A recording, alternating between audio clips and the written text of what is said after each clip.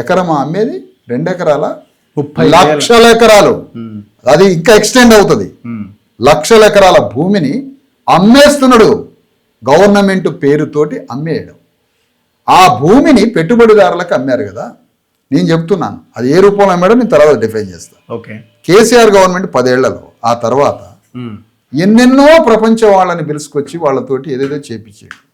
అసలు ఆ ఇండస్ట్రీస్ ఎక్కడున్నాయి, ఆ ఇండస్ట్రీస్కి లోన్స్ ఎంత ఇచ్చారు, దాని నుంచి బిజినెస్ ఎంత జరిగింది, దానిలో ఎంప్లాయ్మెంట్ ఎంత ఇచ్చింది, గవర్నమెంట్ కరెంట్ ఎంత ఇచ్చింది, నీళ్ళు ఎంత ఇచ్చింది, భూమి ఎంత ఇచ్చింది, ఇండస్ట్రియల్ లోన్స్ ఎంత ఇచ్చింది, అది ఎన్ని ఉద్యోగాలు వచ్చినాయి, ఇది నష్టాల్లో ఉందా లాభాల్లో ఉందా, అసలు ఇప్పుడు ఆ భూమి ఎక్కడుంది, అది మొత్తం రికవరీ చేసి చూపిస్తాడు రేవంత్ రెడ్డి.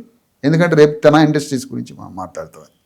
భారతదేశంలో ఉన్న అగ్రకుల పెట్టుబడిదారులు అంబానీ నుంచి అదానీ నుంచి ఇక్కడ ఉన్న మెగా ఇండస్ట్రీస్ వరకు వీళ్ళందరినీ భారతదేశంలో ఉన్న అగ్రకుల పెట్టుబడిదారులని, ప్రపంచవ్యాప్తంగా ఉన్నటువంటి కార్పొరేట్ బడా పారిశ్రామికవేత్తల్ని వాళ్ళందరినీ ఆ గ్లోబల్ సమ్మిట్ దగ్గర తీసుకొచ్చి ఇక్కడ ఒక భూతల స్వర్గాన్ని మీకోసమే సృష్టిస్తున్నా.